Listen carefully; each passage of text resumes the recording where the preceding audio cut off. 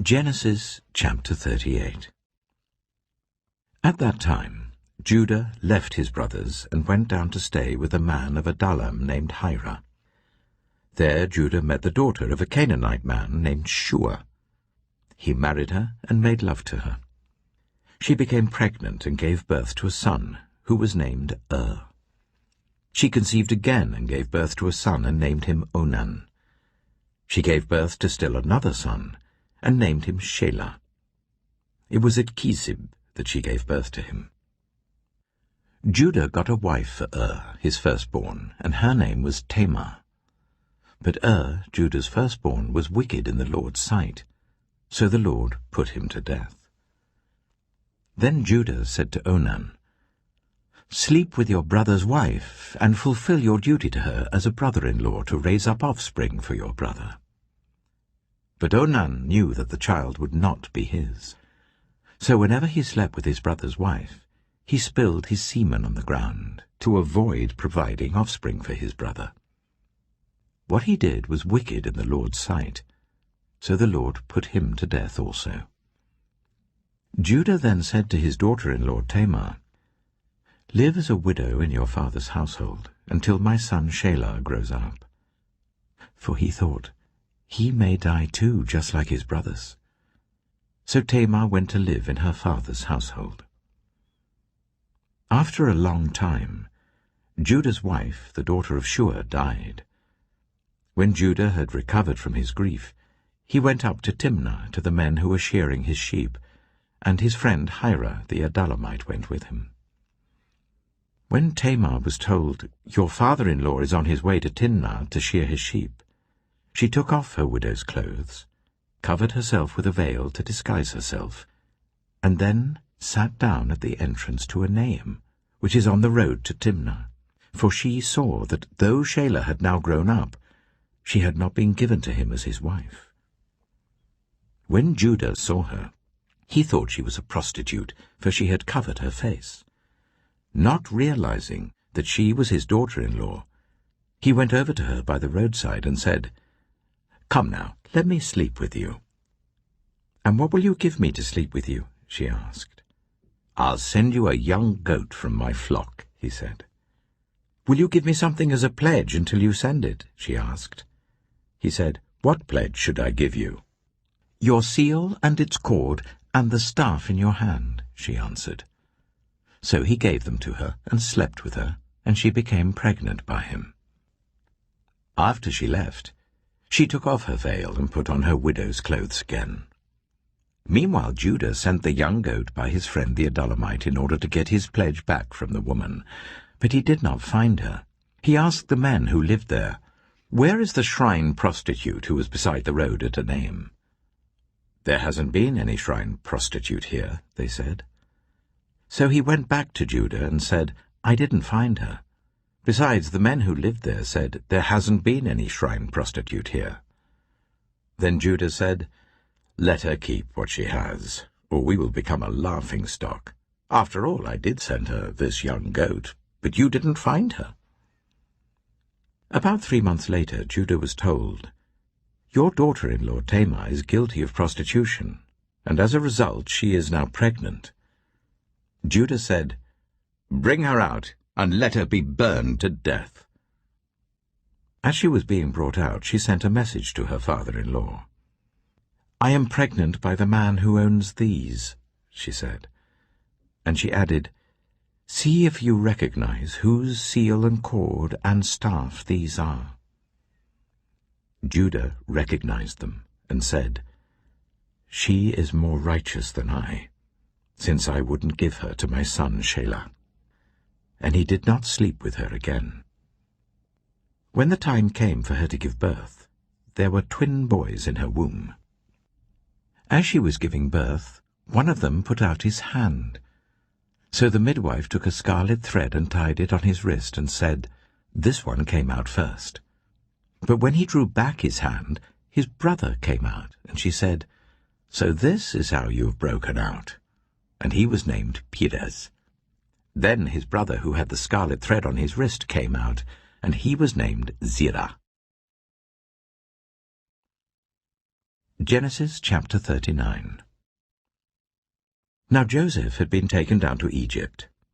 Potiphar, an Egyptian who was one of Pharaoh's officials, the captain of the guard, bought him from the Ishmaelites who had taken him there. The Lord was with Joseph, so that he prospered, and he lived in the house of his Egyptian master. When his master saw that the Lord was with him, and that the Lord gave him success in everything he did, Joseph found favor in his eyes and became his attendant. Potiphar put him in charge of his household, and he entrusted to his care everything he owned. From the time he put him in charge of his household and of all that he owned, the Lord blessed the household of the Egyptian because of Joseph. The blessing of the Lord was on everything Potiphar had, both in the house and in the field. So Potiphar left everything he had in Joseph's care. With Joseph in charge, he did not concern himself with anything except the food he ate. Now Joseph was well built and handsome. And after a while, his master's wife took notice of Joseph and said, "Come to bed with me." But he refused. "With me in charge," he told her, "my master does not concern himself with anything in the house. Everything he owns he has entrusted to my care. No one is greater in this house than I am. My master has withheld nothing from me except you, because you are his wife. How then could I do such a wicked thing and sin against God?" And though she spoke to Joseph day after day, he refused to go to bed with her or even be with her. One day he went into the house to attend to his duties, and none of the household servants was inside. She caught him by his cloak and said, "Come to bed with me." But he left his cloak in her hand and ran out of the house. When she saw that he had left his cloak in her hand and had run out of the house, she called her household servants. "Look," she said to them, "this Hebrew has been brought to us to make sport of us. He came in here to sleep with me, but I screamed. When he heard me scream for help, he left his cloak beside me and ran out of the house." She kept his cloak beside her until his master came home. Then she told him this story. "That Hebrew slave you brought us came to me to make sport of me. But as soon as I screamed for help, he left his cloak beside me and ran out of the house." When his master heard the story his wife told him, saying, "This is how your slave treated me," he burned with anger. Joseph's master took him and put him in prison, the place where the king's prisoners were confined. But while Joseph was there in the prison, the Lord was with him. He showed him kindness and granted him favor in the eyes of the prison warden. So the warden put Joseph in charge of all those held in the prison, and he was made responsible for all that was done there. The warden paid no attention to anything under Joseph's care, because the Lord was with Joseph and gave him success in whatever he did. Genesis chapter 40. Some time later, the cupbearer and the baker of the king of Egypt offended their master, the king of Egypt. Pharaoh was angry with his two officials, the chief cupbearer and the chief baker, and put them in custody in the house of the captain of the guard, in the same prison where Joseph was confined. The captain of the guard assigned them to Joseph, and he attended them. After they had been in custody for some time, each of the two men, the cupbearer and the baker of the king of Egypt, who were being held in prison, had a dream the same night, and each dream had a meaning of its own. When Joseph came to them the next morning, he saw that they were dejected. So he asked Pharaoh's officials who were in custody with him in his master's house, "Why do you look so sad today?" "We both had dreams," they answered, "but there is no one to interpret them." Then Joseph said to them, "Do not interpretations belong to God? Tell me your dreams." So the chief cupbearer told Joseph his dream. He said to him, "In my dream I saw a vine in front of me, and on the vine were 3 branches. As soon as it budded, it blossomed, and its clusters ripened into grapes. Pharaoh's cup was in my hand, and I took the grapes, squeezed them into Pharaoh's cup, and put the cup in his hand." "This is what it means," Joseph said to him. "The 3 branches are 3 days. Within 3 days, Pharaoh will lift up your head and restore you to your position, and you will put Pharaoh's cup in his hand, just as you used to do when you were his cupbearer. But when all goes well with you, remember me and show me kindness. Mention me to Pharaoh and get me out of this prison. I was forcibly carried off from the land of the Hebrews, and even here I've done nothing to deserve being put in a dungeon."